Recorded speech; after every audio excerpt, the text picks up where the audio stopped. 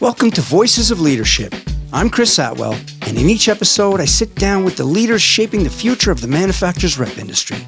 Real stories, real challenges, real growth. This is where leadership comes to life. Nate, thank you so much for joining me today. Thanks for having me. Yeah.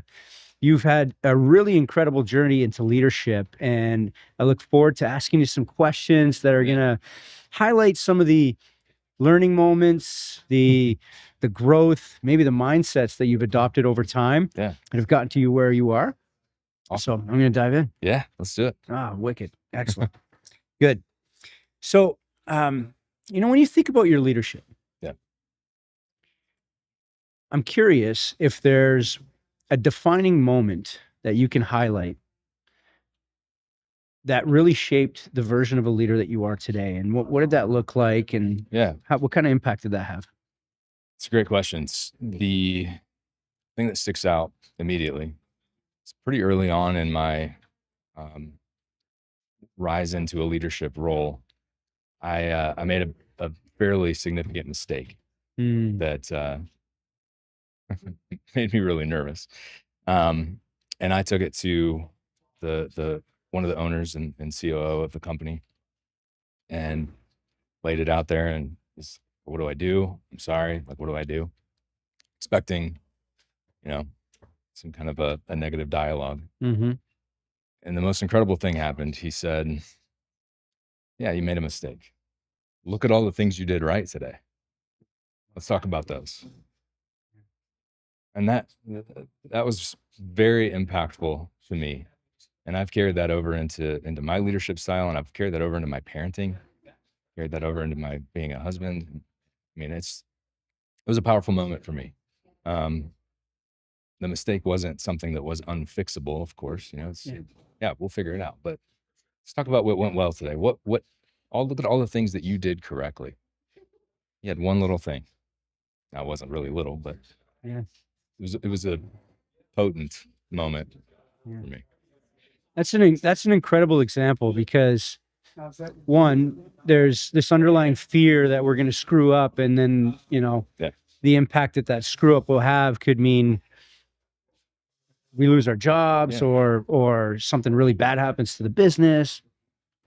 But what it sounds like was your mentor, the leader you were under, highlighted that mistakes happen. Let's look at all the good things that's going on here. Where are you winning? Yeah. And then, what did you learn from that mistake? So, and it's a really powerful leadership skill to allow others to make mistakes. Yes. And now you're carrying that through your personal life, your business life. Wow. I've dissected it many times in my head, over years, thinking back to those moments. But I think the thing that's powerful about it is what he saw was someone coming in with a potential event that would derail progress, derail the motivation, derail the drive or the end goal. Mm-hmm. And instead of allowing that to happen, he kind of pushed it to the side and just refocused on, you're killing it. Look at all the stuff that's going well. Don't worry. Mistakes are going to happen. Mm-hmm. Don't let it derail the process or the progress. Wow. I think that's the most powerful part of it. Yeah. And I mean, things do get derailed sometimes. Yeah, it's bound to happen. And we end up in really, really tough moments. Yeah. And we all have to deal with those tough moments. Can you share maybe one tough moment that you've had to go through? Yeah. And how did you deal with that? How did you handle that? Yeah, very fresh moment. Still working on it. We recently lost our number one line through no fault of our own. It was they wanted us to become a part of a bigger agency, multi-state agency, and it just wasn't the right move. Keep it brief. It wasn't the right move for us and our people, our culture. Progress that we'd made and our integrity or our reputation in the industry. It just wasn't a fit. Yeah. And so we had to make the decision, do we sacrifice our integrity or our reputation and progress that we've made? Or do we and keep the income, the revenue, and keep our biggest which can be line, very attractive, right? and and become a part of something bigger that potentially could be more lucrative? But we'd lose people, we'd lose, progress and all things. Or do we stick to our guns and say we're willing to suffer a loss, hopefully for temporary period of time, and stick with what we believe is the right move?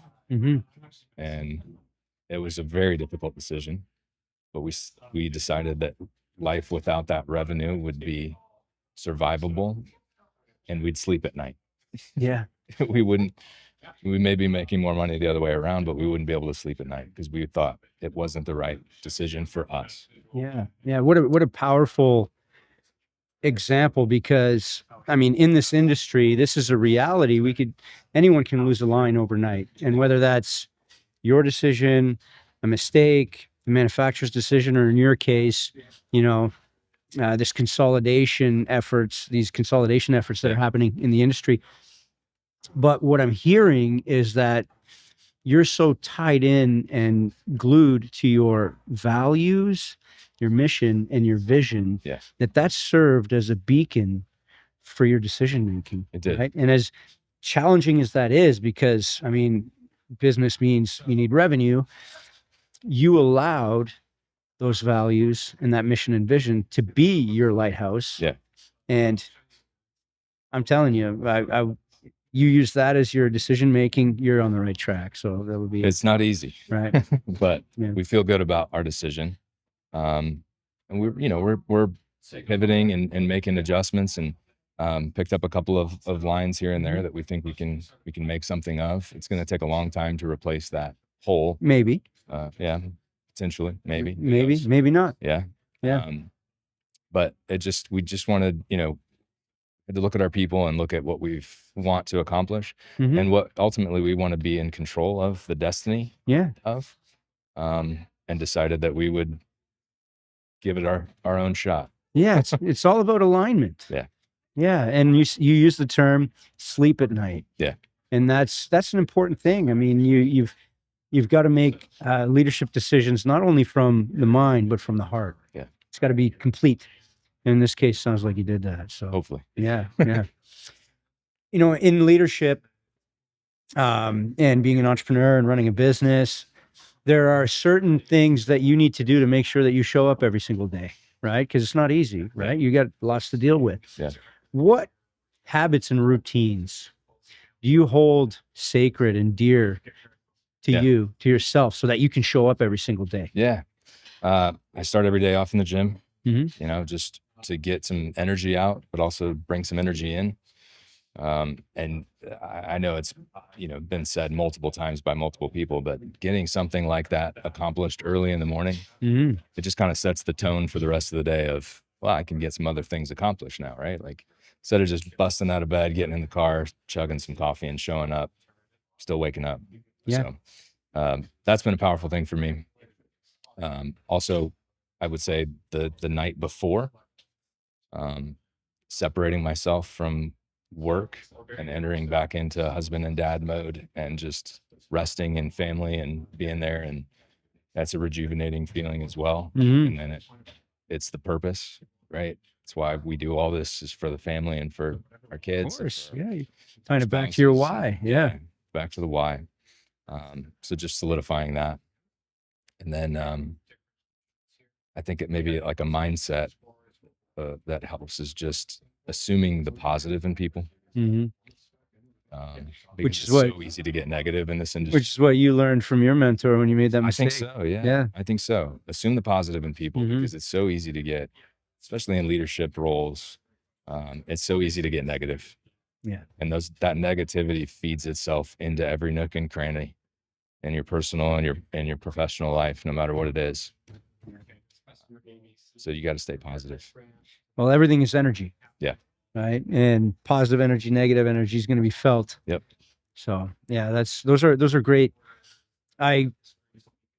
I can totally relate to the morning and evening routines and protecting your energy in that case, and being connected to your why. So yeah, thank you for sharing.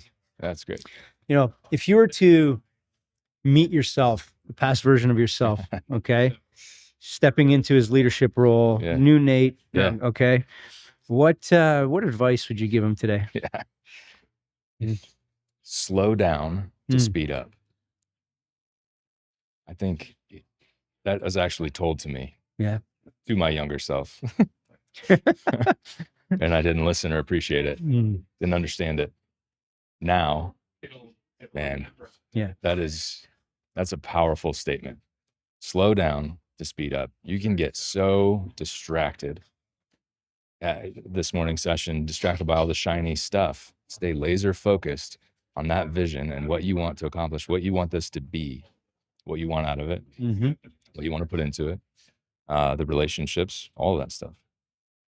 And slow down, take it all in, make sure you're focused, and inevitably your progress will speed up. If you're going too fast, you're missing everything. You're missing all the stuff that's just whizzing by you that could be beneficial. You're going to miss your exit.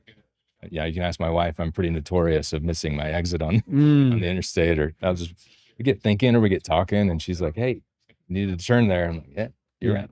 Here we go. Going too fast. Not focused."